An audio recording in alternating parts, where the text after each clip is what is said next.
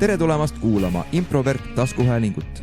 Saadet, kus räägime improkomöödia lavamelust ja kulisside tagusest salaelust. Mina olen Ruutu 10 improviseerija ja juhendaja Rauno Meronen.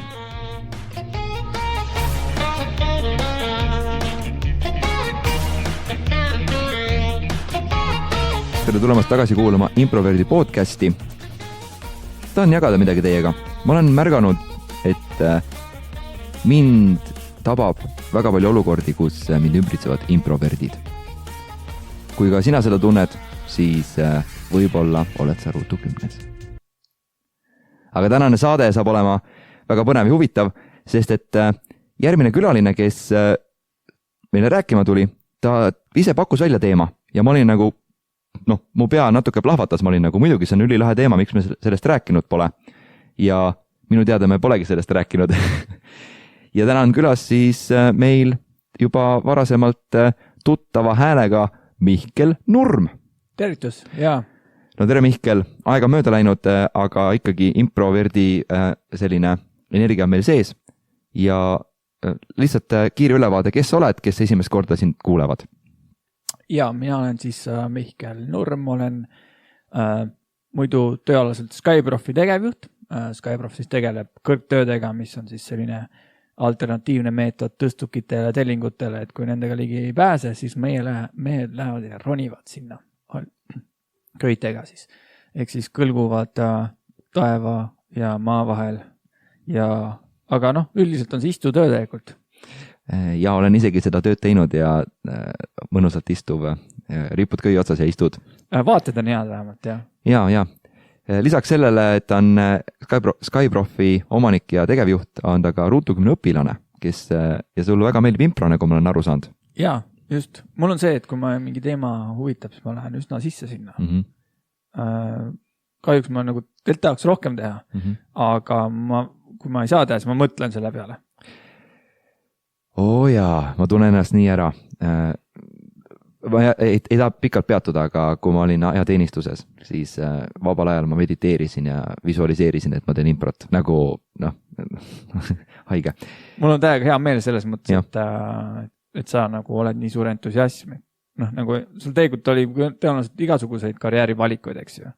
Aga et sa just valisid teha improt ja minu meelest see on nagu nii oluline asi üldse, et nagu improvisatsioon, võib-olla mul selline nagu algaja nagu selline entusiasm on ka, aga teisest küljest ma ikkagi näen, et see on oluline vaimse tervise jaoks. Jah, seda küll. Meil on Ruutu 10 käimas koostöös peaasi.ee MTÜ Peaasjaga nice. Vaimse tervise impro ja meid saab täitsa kutsuda oma kollektiivile või sündmusele tegema vaimse tervise improt, mis on naljakas ja me anname teile naeruvitamiine, mis on vaimse tervise jaoks väga olulised. Wow. Hea teada. Seda on hea teada. Kui Skyprofi tüübid kõrgelt kõlkudes tunnevad üksildust, siis võime neile üks etenduse kuskil katuse serval teha. Ja kus juures meil oli aasta lõpu hooaja lõpetamise pidu ja siis me seal ka tegime impromänge, nii et see läks väga hästi. Nice. Aga nüüd, kallid kuulajad, miks te siin olete? Mihkel. Tänane teema on siis harjumused, mis teevad impro halvaks ja keeruliseks. Ja, kuidas mitte improt teha? Ja, põhiliselt, kuidas mitte improt teha? Või nagu, kuidas teha improt raskesti või? Ja. Mis sul selle kohta öelda on või nagu, kus me pihta hakkame? Eelmine kord, kui ma käisin, siis ma rääkisin ka niisugusest enda nagu salsa analoogist, et kuidas nagu salsad ja impro, kuidas need nagu sarnased on. Tegelikult mõlemad on nagu improvisatsioon. Siis ma rääkisin nagu sellest, et kui sa saad nagu, on nagu teatud reeglid on paigas, eks ju, ja kui sa neid järgid, siis sa tegelikult saad väga palju huvitavaid asju peale ehitada. Mul tegelikult praegu hüppaski pähe, et muusikaga, kui me improviseerime, kui me teame helistikke ja heliredelit ja mõistame vaata muusikateooriat, siis me saame improviseerida. Me saame kasutada oma teadmised, neid kombineerida kokku. Just. Aga kui me ei tea neid asju, siis me improviseerime nii, nagu Rauno Meronen improviseerib klaveri taga ja vajutab klahve suvalisi ja see ei kõla üldse kokku. Just, et seal ongi nagu sellised nagu nuansid, et eks siis reeglid tegelikult reeglid on need, mis aitavad meid improviseerida, eks ju. Ja siis on, kui mina alustasin oma nagu salsa teemat, siis oli nii, et ma õppisin nagu päris palju ise ja nagu mingid asjad nagu ei tulnud välja üldse. Ja pärast siis mulle üks, nagu kui ma läksin, üks väga hea õpetaja oli, kes nagu õpetas mulle tehnikat ja selgitas ära, et näevata, kui sa hoiad oma kätt nii või nii, siis sellega sa teed oma nagu paarilisel lihtsaks seda liigutust teha, eks ju. Et ma lihtsalt nagu, mina lihtsalt väänasin oma neid nii-öelda siis partnereid, eks ju, mingisuguse positsiooni või mingit asja tegema. Ma vaatasin, ta ei lähe, ma siis väänan nagu sinna enam. Et aga tegelikult on see, et kui sa lihtsalt paned selle käe õigesse kohta, siis ta saab seda teha. Et selleks, et paariline, ma ei tea, saaks 3 spinni koha peal teha, eks ju, siis see käsi peab nagu õiges kohas olema. Täpselt õigel kõrgusel, nagu täpselt pea kohal. Ma noogutan kaasa, aga mitte sellest, et ma olen suur salsa ekspert või oskan tantsida, vaid pigem, et see, mis sa räägid, kõlab nagu loogiliselt ja ma usun seda. Just. Ja siis oligi see nuanss, eks, et meie salsa, eks ma rääkisin eelmine kord salsast, sellest ja siis ja me tegelikult päris palju oleme impros rääkinud teemadest, et nagu mida teha, eks ju. Aga ei ole väga nagu selgelt keegi minule vähemalt rääkinud seda, et mida mitte teha, mis teeb mis teeb impro keeruliseks. Ja nii-öelda see nuanss seal sees on see, et see ei tähenda, et sa kunagi ei tee neid asju, vaid on see, et kui sa oled algaja, siis sul on mõistlik mitte neid teha, sa teed lihtsalt oma elu keeruliseks. Ja mõnikord võib-olla isegi nagu edasi jõudnuna, on see, et sa kasutad neid, aga tegelikult sa pead teadma, kuidas neid kasutada õiges kohas ja nagu ka, ma ei tea, muusikas on nii, et kui sa alguses oled, siis sa ikkagi harjutad seda, et sa lööd mingit rütmi või proovid rütmis püsida, eks ju. Aga kui sa oled nagu edasi jõudnud, siis sa tegelikult hakkad rütmiga mängima veits.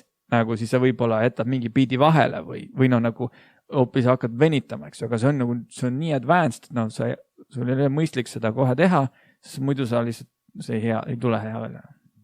Ehk siis kogu selle jutu mõte võib-olla, mis ma siin alguses tahtsin öelda, on, et need on nagu asjad, mis teevad impro keeruliseks, aga kui sa oled ikka väga advanced, siis tehakse need.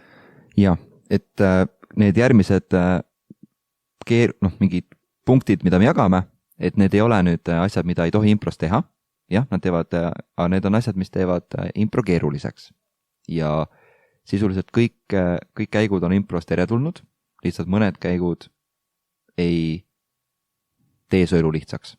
Mm-hmm. Et võtame kohe esimese, mis meil oli kirja pandud. Blokkimine. Räägi, mis asi on blokkimine? Blokkimine. Nüüd on jama, et mul ei ole nüüd seda definitsiooni ees, aga ma annan siis enda sellise, kuidas mina blokkimist defineerin. Blokkimine sisuliselt on siis olukord, kus üks improviseerija ei võta teise improviseerija pakkumist vastu. Näiteks, kui me tegime koos stseeni ja tegelikult alustab stseeniga, ma proovin blokkida sind, teeme mingi näite lihtsalt, äkki see on kõige lihtsam. Oh jummal. Ma tulen teie testi tulemused tulid ja me avastasime, et teil on vähk. Ma ei teinud mingit testi. Jah, et ütleme, et see on nagu näide blokist, eks ole, et sina tulid, panid paika, et mul on testi tulemused tulnud ja mul on vähk. Ja mina siis blokkisin, ei võtnud vastu pakkumist, et ma üldse testi tegin. Et ma võin blokkida ka seda, et mul pole vähk ja võin blokkida seda, nagu kuhu ma oma bloki suunan, see on nagu, mis infot ma blokin, aga praegu siis, et ma ei teinud testi. Ütleme, sellises suures plaanis me saame edasi minna, sa oled nagu, vale patsient või me saame nagu seda isegi mitte päästa, aga edasi mängida, aga suures plaanis mis praegu juhtus, oli see, et ma ei võtnud selle pakkumist vastu, see vähendas meie stseeni sellist aerodünaamilisust, et see ei võta kohe tuult alla, ei lähe lendama, vaid praegu me oleme okei, et nüüd on segadus, mis juhtus, mis toimub, me peame veel natuke veel siin seda olukorda klaarima, et see oleks selline blokkimise näide. Just see, mis ajaks see veel selleks olnud, kes sa üldse oled, eks ju? Et noh, mina nagu eeldasin, ma olen su arst, aga sa umbes nii, et mis hästi sa ei ole mu arst. Ja. Et noh, ja siis ilmselt, mis siis juhtub, ongi see, et tekibki segadus. Ja nüüd me peame hakkama seda selgitama, et miks siis. Ja. Et nüüd on, meil kulub nagu meie stseeni algus, kus me paneme paika siis seda nii-öelda platvormi või nagu üritame aru saada, kes me oleme, kus me oleme, mis me teeme, see algus nagu venib pikemaks. See ei ole alati tingimata nagu halvem, aga praegu me räägimegi siis harjumustest, mis teevad impro raskemaks ja võib-olla ei soovita uutel improviseerijatel seda käiku kohe nagu ette võtta. Siiski uued improviseerijad teevad seda käiku ja seda ei tehta sellepärast, et nagu tahaks teha, vaid tegelikult see tuleb harjumusest ja see harjumus tuleb meil elust. Et miks me blokime? Eks see küsimus ongi, miks me blokime. Ma arvan, et see on see koht, kus on ideest lahti laskmine on keeruline. Ideest lahti laskmine on keeruline. Ma ütleks, suures plaanis ma mõtlen, et selle taga on hirm. Hirm teadmatuse ees. Näiteks on minu selline, kuidas mina seda oma elus aru saanud.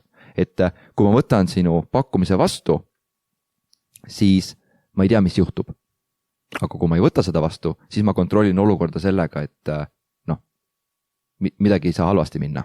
Lihtsalt nagu, sa ütled midagi muud, ma blokin seda ka.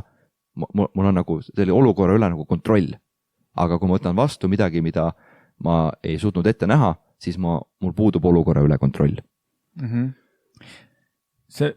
Ma tean, et minul juhtus see, et ma läksin stseeni mingi kindla ideega, siis oli väga raske, nagu kui teine pool, eks ju, absoluutselt midagi muud ja siis on nii, et oh no, ja nüüd on see, et kui ma sellest lahti lasen, siis mul ei ole enam ideed. Ja see ka kõlab nagu, et siis sul pole kontrolli jälle, et see on selline nagu minu jaoks, ütleme, et minu jaoks kõik need harjumused, mida me nagu impros nimetame siin nagu halvaks, tegelikult halvaks on halb öelda, need on ikkagi käigud, mida on lahe teha, aga lihtsalt need harjumused tulevad sellest olukorrast, kus me püüame säilitada kontrolli. Võib-olla hästi nimetame seda, et need on igal juhul halvad käigud algajale. Jah, teeme nii. Me saame veel mõelda siin tund aega, mis selle asi võiks olla. Jah, et see on siis blokkimine ja seda me ei soovita. Just. Ja mis siis teha hoopis? Kui keegi blokib. Mida teha, kui keegi sind blokib? Võtame kõigepealt, et mis on, eks ju, blokkimine on halb, aga mis on nagu hea? Ütleme, et lihtsalt selline pimesi pakkumiste vastuvõtmine. See on niisugune harjumus, mida me peame nagu impros harjutama. Ja see on harjumus, mida tavaliseltki inimene, kes tuleb improsse, tal ei ole see harjumus väga tugev. Ja see on asi, mida me treenime sellel inimesel, et võtaks kõiki pakkumisi vastu. Ja tegelikult blokkimise puhul on huvitav see asi ka, et see ei pruugi olla, et ma blokin sinu ideed. See võib olla, et ma blokin enda ideed. Ja see on see koht, kus mul on nagu jookseb ühe kokku. Et tegelikult mul on idee midagi olemas, aga seda ma küll ei tee. See ei tundu hea mõte. Et ma blokin oma impulsse ka. Ja see on üks selle, mäletan Keith Johnsoni ka üks nendest pointidest, mida ta on üritanud kohale viia palju, et inimesed nagu, selle juurde me tuleme tagasi, mul on üks punkt sellele. Okay, nice. Aga mis ma mõtlesin, mis mul on aidanud, on see, et me tuleme stseeni sisse ja mis on need 3 olulist asja? Kes me oleme? Ja. Kus me oleme ja mida me teeme, eks ju? Ja, selline, see on päris oluline, ja. Et nüüd on nii, et kui me kujutame, et meil on mingisugune, me tuleme lavale, siis meil on üks tühi lõuend, valge lõuend. Nii, ja nüüd me hakkasime nagu suhteliselt kiiresti proovima paika panna sinna mingeid asju, ehk siis nagu defineerida ära. Kui on defineeritud, kes mina olen, siis see on seal pildi peal nüüd olemas. Et nüüd seda nüüd enam ei muuda. Nüüd me defineerime, kes sina oled, siis see on ka pildi peal olemas. Kus me oleme, siis see on pildi peal olemas. Seni, kuni seda seal ei ole, on alati võimalus seda defineerida ja siis põhimõtteliselt sellega blokk nii-öelda tähendab seda, et ma ei aktsepteeri nagu seda, mis ma teine siia maalis, eks ju. et sa ei aktsepteeri, et ma olen doktor, kuigi ma just maalisin see, kõik nagu, kõigile tundus see, et ma olen arst, eks ju. Ja siis sa ei luba seda sinna tulla ja siis tekib nagu, okei, nüüd me peame hakkama seda täitma. Ehk siis mida teha on see, et need asjad, mis on defineeritud, need nii jäävad isegi, kui see on nagu tundub, et see ei vii kuhugi või mis iganes. See nagu paneb kõik sinu mahlad kinni nagu. Jah. Võtame korra selle blokkimise juures selle, et ei suuda ideest lahti lasta. Seal on see huvitav nüanss, et me peame õppima oma ideest lahti laskma, aga mingil hetkel tuleb mängu olukord, kus meil on kasulik oma ideest mitte lahti lasta, vaid oma idee nagu sellele pildile panna. Et sisuliselt näiteks võtame mingi asukoha, võtame kirik. Nii. Ja nüüd näiteks sina võiksid öelda nagu, ma mõtlen, ütle mingi, kes te kirikus on? No kirikus on pastor. Pastor. Ja nüüd oleme olemas kes ja kus on ja. Nüüd on nagu, mis toimub on ja, oleks ka hea teada. Kujutame ette, et minul oli idee, et ma tahan mängida piraate, kes loevad oma sõjasaaki kokku, eks. Aga kes? Me ei ole enam piraadid, me oleme preester on ja. Kus? Me ei ole enam minu üksikul saarel, me oleme kirikus. Aga mis? Pole veel paika pandud. Ehk ma saan oma ideest alles jätta selle, mida me teeme ja me võime olla 2 preestrit kirikus, kes loevad kokku oma varastatud raha.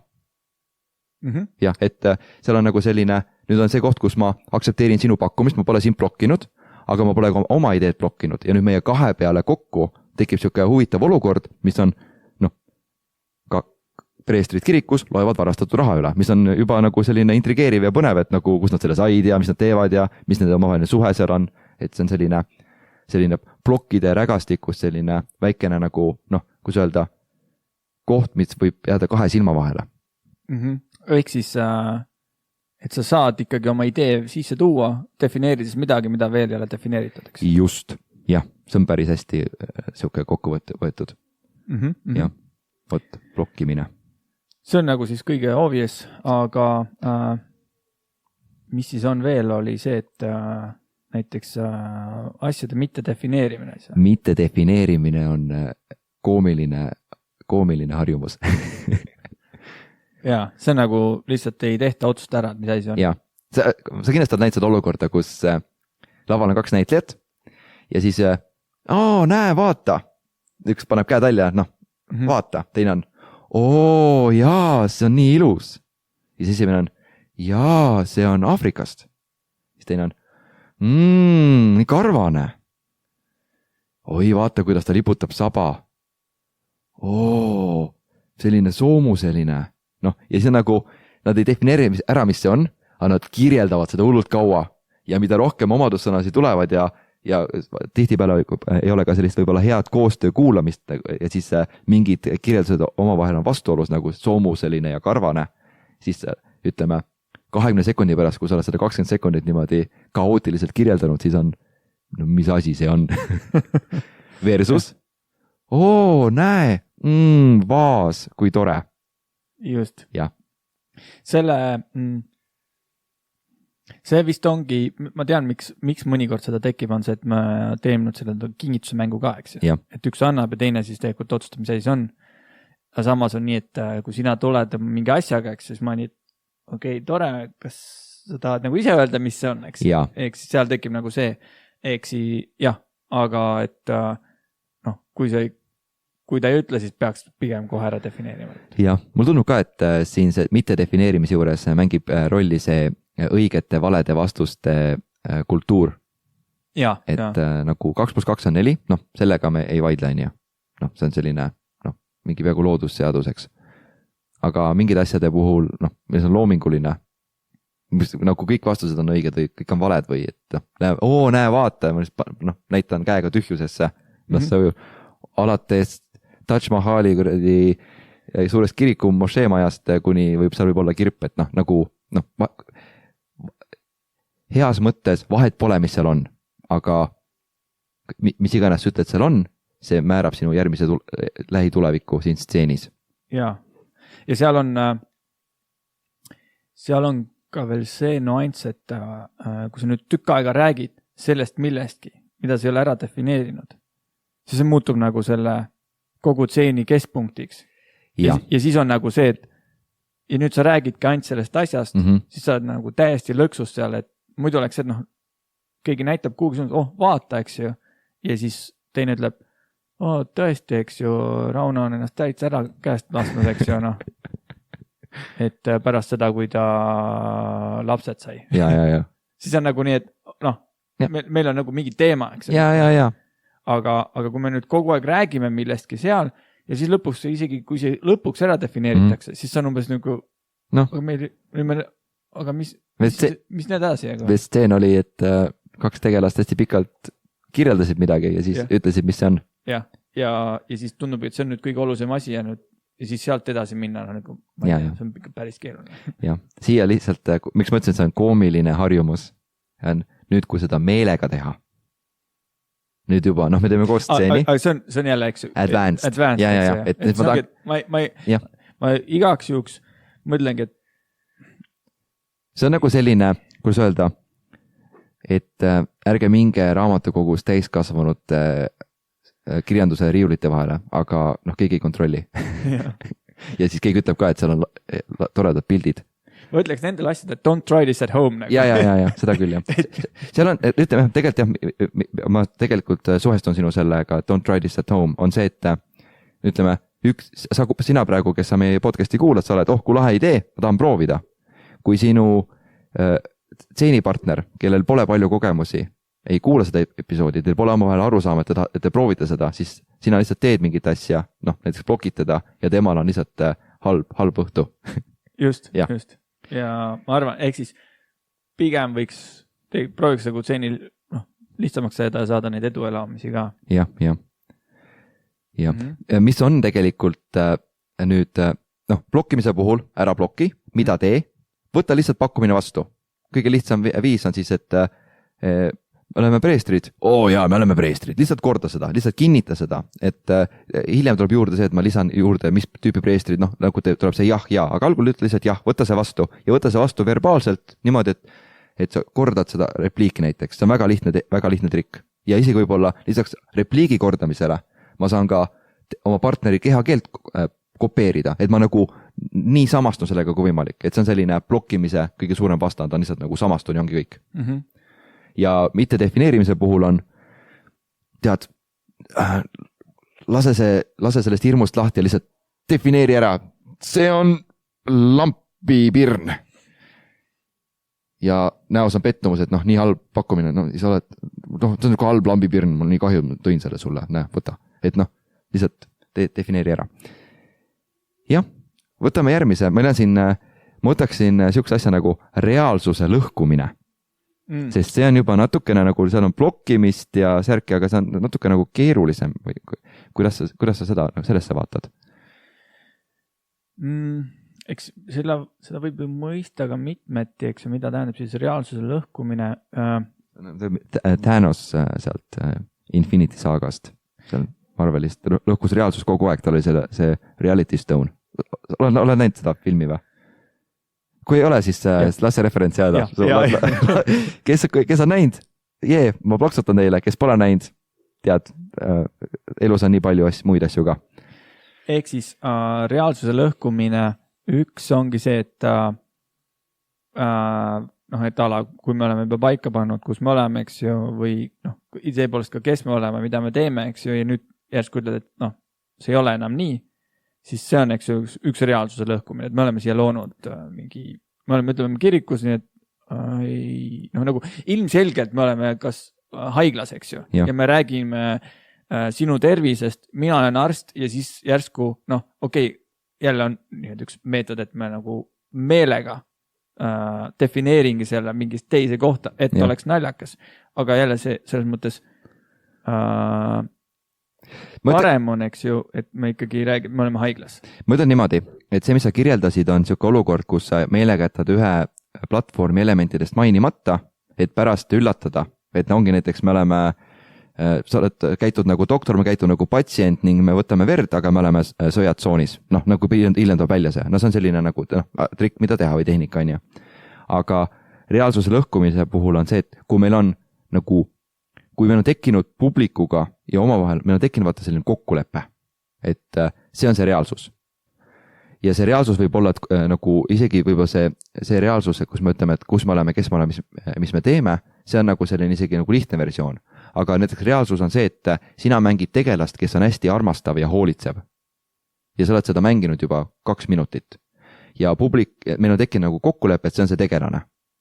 Ja siis sa lõhud selle tegelase ära. See nagu tegelikult oled teistsugune. Või mina ütlen, sa oled teistsugune. Või lihtsalt, et nagu me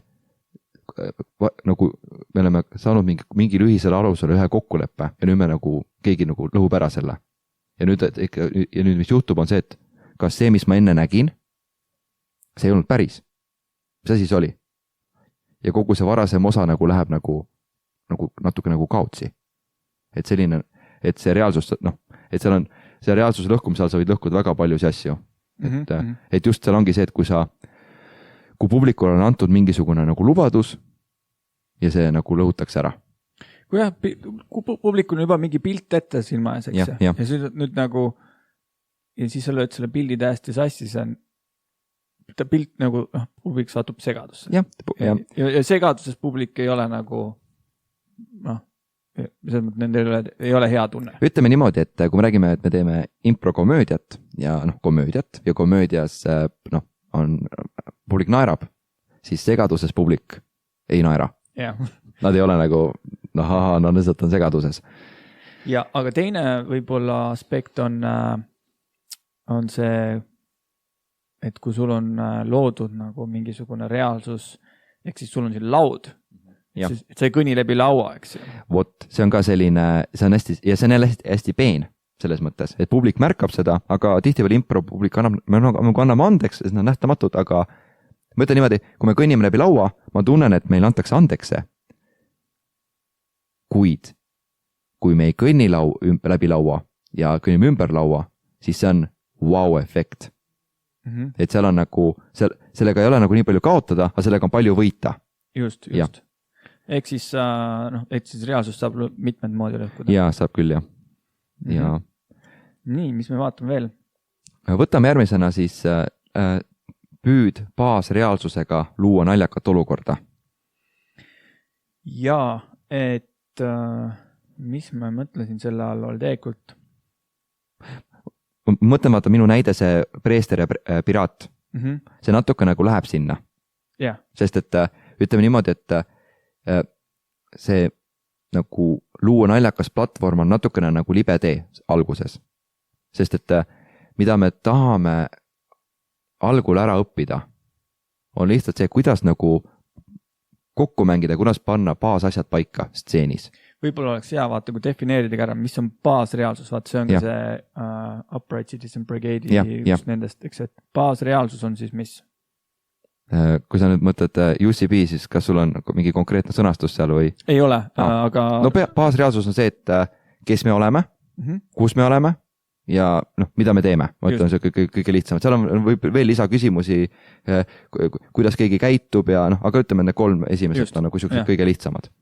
Ja see ongi, et kui me proovime nagu baasreaalsust juba teha naljakaks, eks ju, siis ongi see, et siis on raske sealt nagu midagi humoorikat veel välja võluda, eks ju. Ja. Seepärast, et baasreaalsus võiks olla nagu selline taust ja nüüd see, mis on naljakas. Tapeet. Tapeet, eks ju.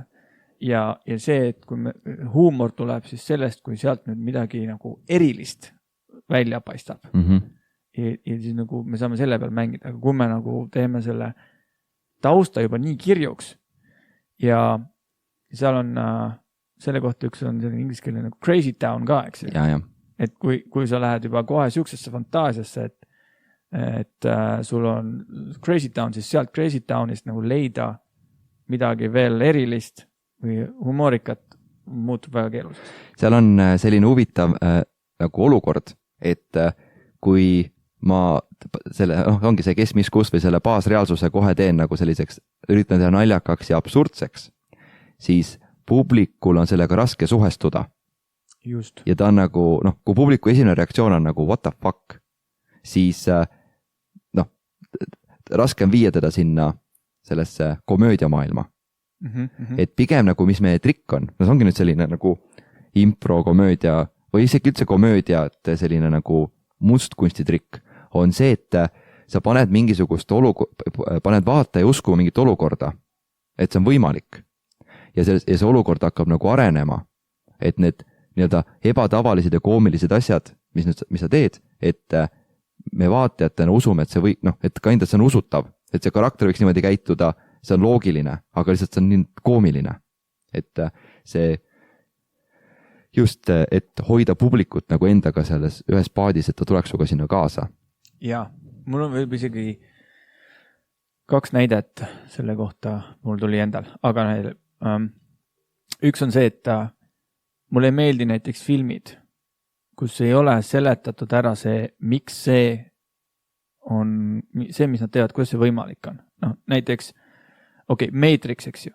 No, see, et ta, ma ei tea, alguses ju oli see, et juhtunud midagi sellist ebaharilikuks, aga kogu aeg see läks nagu niimoodi, et ta, ma ei tea, suutis võidelda, eks ju, siis ma ei tea, seinamööda joosta, lõpuks ta suutis lennata, eks ju, aga see oli kõik seletatud ära sellepärast, et see oli loogiline.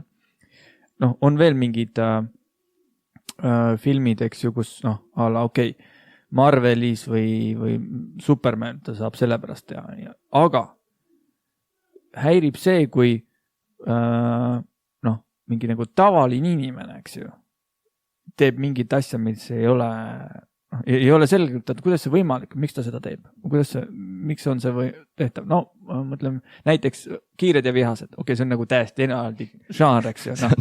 Aga räägi. See on eraldi žanr selles mõttes, et nad ongi võtnud selle, et aga et seal juhtuvad nii absurdsed asjad, see ongi, see žanr ongi, kuidas teha üle võlli, eks ju, mingit actionit, nii-öelda selle asja, aga mul on seda raske vaadata. Ja ma tean, et mul on sõbrad, kellel on raske vaadata ka Mission Impossible, eks ju, sest see on nii, et come on, nagu kukub, või ma vaatasin John Wicki viimati, esimesed osad mulle meeldisid, aga nagu viimane juba, see 4. oli nii, et nagu nagu see juba, ehk siis, kui häirib see, kui sa ei suuda suhestuda sellega, et isegi nii absurdne, kui see on, see peab olema nagu mingi suhestus. Ja teine näide oli see, et viimane kord, kui ma käisin vaatama siis ka see fantastilist nelikut, seal oli siis duos, Kristjani ja Märdi duos. Ma olin ikka veel filmide maailmas, aga improetendus fantastiline nelik. Nice, jõudsin suga samale leele. Teine näide, ehk siis oli see, et nad tegid hästi nagu sellist tavalist, nagu neil oli väga tavaline baasreaalsus, nagu mitte midagi, mingit actionit seal ei toimunud, aga see oli nii suhestatav, sa nagu tajusid seda, läksid sellesse karakterisse, tajusid seda nende karakterite omavahelist suhet, seda, kõik see, eks ju, ja siis lihtsalt sealt tulid nagu siuksed ilma punitamata huumor, nagu publik naeris ja nad isegi teadnud, et nad nalja tegid. Ja ma nägin ka seda etendust ja see oli, see oli väga, väga lahe, et kuidas nad algasid ja lihtsalt selline, ma näen see komöödia moment hakkas selles, kus see terapeut tahtis töölt ära tulla. Aga ta ei saanud aru, et kui tema pangakontol on 70 €, siis sellega kaua ei ela. Ja ta, et kuidas ta proovis proovis nagu seda, elada sellega. Jah, just. Jah. Ehk siis oli selline, tema isiklikud mured, mis ja tal on kopp ees oma tööst ja selles mõttes, et väga suhestuv, eks. Ja siis tulid seal mingid, ma raske on neid nalju tuua, sest need olid täpselt sellised, et või ütleme siis nii, et toome veel sellise näide, näiteks Friends, eks ju. Täiesti tavaline elu. Aga nagu mingid, nagu me nii suhestume nendega ja siis me naerame lihtsalt. Ja. See on need sellised need situatsioonikomöödiad, mis rõhuvad sellele nagu sellisele armastuse leidmisele ja sõprusele ja et seal on need situatsioonid on nii elulised, sest me kõik oleme käinud, ma ei tea, ka kõik, aga kindlasti paljud meie kuulajatest, te olete kindlasti käinud kohtingul inimesega, keda te tegelikult hästi ei tea. Ja see tutvumise protsess on veits konarlik, jah. Seal on mingid momendid, mis on, ma ei tea, endal on imelik või teisel on imelik või et neid, on.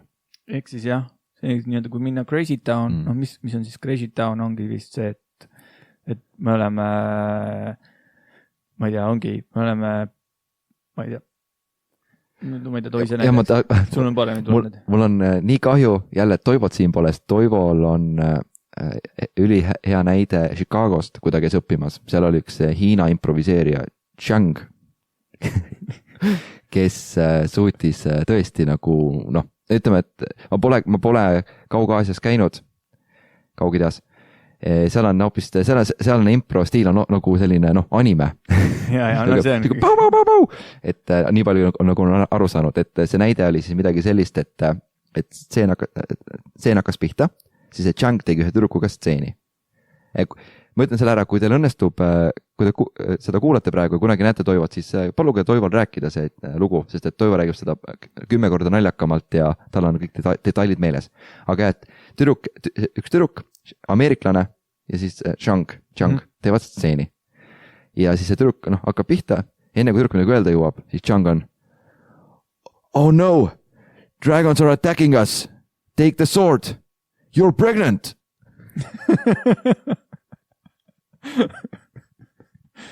Ja tüdruk lihtsalt nagu tõesti käed üles oli nagu, mida ma teen? Mida ma teen sellega nagu et selline, võib-olla see polnud nagu üleliia püüdud nagu luua naljakat olukorda, aga see oli selline, hoomamatu. Ja just, et kohe läks hulluks ära, eks. Kohe nagu läks pöördesse. Ma tahtsin selle baasreaalsusega, kuna sa tõid viimaselt etenduselt näite Märdi ja Kristjani show'st, ma tahan enda Toivo show'st ka tuua, sest et meie baasreaalsus hakkas üsna nagu juba kaugelt selles mõttes. Et me esimene stseen oli see, et ma maksin ööklubis Privé varastatud numbrimärkidega oma lauaarvet ja see läks läbi. Just. Ja aga nüüd tegelikult selle baasreaalsuse loomine hakkas tegelikult palju varem, sest me küsisime kellegilt vist mingit sündmust ja siis ta ütles, et ma ei mäleta, mis sündmus oli, aga ta ütles, et ta maksis numbrimärgiga, et Circle K-s on vist mingi teema, et kaamera näeb seda numbrimärki ja sa ei peagi nagu maksma, vaid ta nagu automaatselt võtab su kontolt maha selle raha. Just. Et selline numbrimärgiga maksmine asi oli olemas, et see oli see baasreaalsus. Lihtsalt, mis meie tegime, oli see, et mis oleks, kui sa saad numbrimärkidega ka lisaks Circle K-s maksta mujal, nagu on see viipemakse ja Google Pay ja vaata need asjad, et nagu ja siis lihtsalt oligi, et meil oli veel vahepeal oli räpp ja siis me räppisime, kuidas me tegime asju ja siis viimane oli see, kuidas viimane räpisalm oli, kuidas mingi tegelane, oli nii rikas, et nagu neid dollarid vaata peo pealt viskas naistesse, et tegi hoopis neid numbrimärke niimoodi. Ja, just. Ja sealt hakkas meil stseen pihta, et et kuna me lõpetame, et võta see numbrimärk ja keep the change. Just. Ja, et sealt, aga see hakkas ikkagi, kuigi kes seda ettenust nägid, neil võis olla, et hakkas päris kaugelt pihta, siis see hakkas ikkagi baasreaalsusest hakkas tulema, lihtsalt me nagu, mis oleks siis, kui oleks kui saab numbrimärgiga maksta mujal ka. No vahe ongi selles, eks ju, et sina Toivo nagu suudad sellega välja vedada. Ja see ongi see, et jälle, kui me läheme selle juurde, et et kui sa proovid seda ise teha, sa võib-olla teed enda elu nii väga keeruliseks. Seal on kui ütleme, kui sa lood baasreaalsuse, mis on juba natukene absurdne, siis sellel hetkel nagu alguses sul on puudu see asi, millega sa publiku, mis nagu toob selle olukorra nagu publikule suhestatavaks. Et kui sa ei too baasreaalsust, mis nagu publik suhestub, siis sa pead pärast baasreaalsust leidma selle viisi, kuidas publik suhestub. Ja seal on tegelikult, võtame näiteks palgamõrvar on ju. Et me oleme näinud päris palju filme palgamõrvaritest või hitmanidest, kes snaipriga lasevad kedagi maha. Et selles mõttes me nagu, see ei ole nagu nii absurdnevat olukord. Aga lihtsalt tuua näide, et hitman on seal katusel, sihib snaipriga, eks ole. Siis ta telefon heliseb. Ja ta naine helistab talle.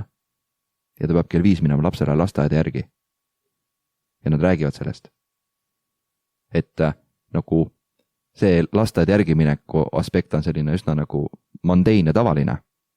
snaipri värk võib-olla ei ole nii tavaline iga ühe jaoks. Ja nüüd see, võime snaipride asemel panna midagi absurdsemat, et ma ei tea, ma olen spageti hävitaja, eks ole, aga kurat, kui tööpäev läbi saab, siis ma pean koju minema. Et siis nagu saad tuua selle sinna sisse. Aga jällegi, ma annan natuke seda võib-olla mingi edasijõudnute nägemus ka, aga jällegi, kui kellegi hakkad stseeni tegema, siis suur soovitus, tee as simple as possible. Jah, just. Seal risk on lihtsalt see, et siis see fookus läheb lihtsalt, fookus läheb nagu sellele asjale, mis on nagu veider nüüd, aga mis on tegelikult baasreaalsus ja kui baasreaalsus on veider, siis ütleme, sa pead ikkagi lõpuks fookus ära tooma sealt. Et nad teevad igal juhul elu raskemaks ja ma võin öelda seda, et mina ja Toivo, kui me koos improviseerime, siis tegelikult me alati püüame luua võimalikult lihtsalt baasreaalsust. Lihtsalt mõnikord räpis see asi eskaleerub või esimeses stseenis, aga tegelikult me, kui me alustasime duo tegemist, me olime, teeme päris elu. Aga sa nägid viimast show'd. Ja, see ongi see, et teil on see võimalik. Ja võib-olla järgmine asi, aga mis on advanced, et üks on baasreaalsus ja teine on siis karakteri naljakaks tegemine. Jah. Võt, see on nüüd see, et kui sa ei ole nagu Jim Carrey, eks ju, siis ei ole väga mõistlik mängida selle peale, et sa üritad nagu seda nagu karakteri mingit sellist välimist omadust naljakaks teha. Minul on näiteks ülikeeruline aktsente teha. Ma on nagu päris raske on, siis ma proovin nagu, kuidas ma ütlen seda, teen selle endale keeruliseks ja siis samal ajal pean nagu mõtlema, mida ma ütlen, eks ju. Ja nagu veel tegelikult nagu impros on miljon asja tegelikult paralleelselt peavad käima, eks ju. Ja jälgima, mida partner teeb ja nii edasi. Või et kui ma üritan oma seda karakterit väga sihukeseks nagu eriliseks teha, siis see teeb lihtsalt mu enda elu keeruliseks. Et palju lihtsam on mängida midagi väga enda päris mina lähedast nagu. Ja samal ajal mängida ennast on ka kuradima raske. Et milline ma olen, kui palju me ennast vaatame, kui palju me analüüsime, milline me tavaolukorras oleme. Lihtne näide. Mina lihtsalt chillin on ja kaamera. Selline filmikaamera pannakse tööle. Siis ma olen nagu see kits, vaata seal auto esitulede valguses, kui ma olen nagu et joo kohvi, kuidas ma kohvi joon tavaliselt, ma ei tea. Nagu kaob see ära, aga kuidas seda ennast leida on päris on ka omaette teema. Aga tead, Mihkel, nii. Me oleme kohta, kus me peame selle teema jupitama 8 episoodiks, sest et muidu lihtsalt meie kuulajad, meie ülejäänud mõtteid ei kuula järgmises tunnis. Aga ma tahan öelda siia sellise mõtte, mis on oluline, on see, et kuigi me nagu räägime nendest halvadest harjumustest või nagu harjumustest, mis teevad improstseeni keeruliseks, siis sellegi poolest nagu neid võib nagu ikkagi teha või proovida, neid juhtuvad, et see on osa nagu protsessist, lihtsalt me nagu teadvustame neid, et ma ütleks niimoodi, et minu jaoks kõige hullem selline asi, mis võib juhtuda selle episoodi kuulamise järel, on see, kui keegi hakkab siis nende impropolitseiks ja kui keegi blokib, siis ta on, sa blokkisid, seda ei tohi, Rauno ja Mihkel ei lubanud teha seda, et seda ma ei taha, et see juhtuks, lihtsalt nagu me nagu räägime nendest ja need juhtuvad nagu nii, las nad tulevad, lihtsalt me oleme nagu teadlikud nendest. Ja võib-olla, mis oleks hea, mis siit tuleb, on see, et kui keegi tuleb stseenist välja ja nagu, ma blokkisin täna, siis küsid endalt, miks ma seda tegin? Miks ma ei võtnud seda pakkumist vastu? Nagu, miks see juhtus? Kas see on mingisugune muster mu elust, mida ma teen? Või lihtsalt see, mis ta ütles, ei sobin mulle või kus see tuli? Et ennast lahti nagu niimoodi arutada ja saada aru nagu, kust meie käigud tulevad. Ma arvan jaa, et see, mis juba nagu veel isegi lihtsalt see aitab, et ma tunnen, et see tseen ei läinud hästi, eks ju. Ja siis ma saan aru, et võib-olla oli see sellepärast, et ja saad nagu lihtsalt oled teadlik, mis olid need käigud, mis tegid sinu enda tseeni nagu selles mõttes keeruliseks, miks sa ei jõudnud, miks see ei olnud hea sinu jaoks. Et lihtsalt nende ära tundmine, et mitte nüüd politsei olla jah, nagu et sa tegid, vaid lihtsalt tajuda, vähemalt registreerida ära, et muidu sa lihtsalt ei tule välja, noh. Ja siis sa ei saagi aru, miks ei tule. Aga kui sa nagu ise blokid, eks ju, midagi ei defineeri, nii-öelda oled mingisuguse asjades kinni ja siis mõtled, ma ei tea, ei tule impro ja ongi kõik, eks ju. Aga nüüd, kui sa vähemalt näed neid juba, kas nagu teadvustad, okei, ma tegin seda, siis on suurem tõenäosus, eks ju, et järgmine kord sa teed teadliku valiku, kas sa siis nagu muudad oma harjumuslikku käitumist. Just. Ja kui oled teel, et kaotada kõik improsõbrad ja jääd üksikuks, siis impropolitsei jõud otsib liiklasi oma impropolitsei ridadesse. Ei soovita kellegi sinna tööle minna, aga improsvat lendad aknast sisse, kuuled kodus, et keegi blokib, kui improkeskuses sõidad autoga kohale läbi seina, oled nagu väänad maha, lähed improvanglasse. Jah, me jätkame seda sama teemat nädala pärast ja siis loodetavasti jõuame lõppu ka, sest et palju punkte enam jäänud pole. Seniks aga minu poolt teile ilusat jätku ja järgmine korrani.